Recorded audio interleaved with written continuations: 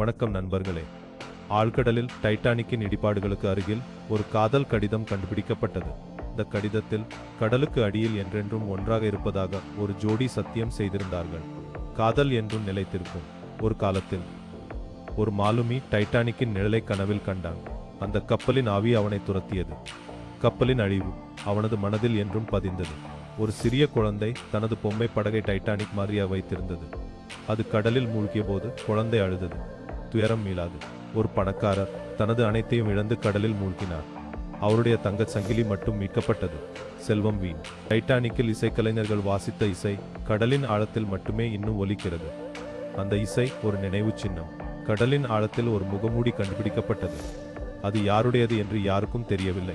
மர்மம் நீடித்தது. ஒரு பழைய அஞ்சல் தலை கடலில் இருந்து மீட்கப்பட்டது. அதில் ஒரு காதல் கதை அடங்கியிருந்தது.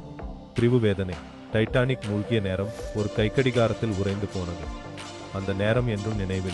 டைட்டானிக்கில் உயிரிழந்தவர்களின் பெயர்கள் கடலில் கல்வெட்டாக எழுதப்பட்டுள்ளன. அவர்களின் நினைவுகள். டைட்டானிக்கில் இருந்த விலைமதிப்பற்ற வைரம் ஒன்று கடலில் கண்டுபிடிக்கப்பட்டது.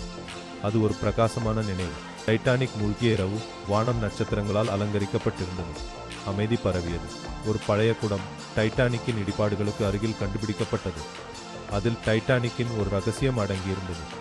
அது ஒரு வரலாற்று கதை.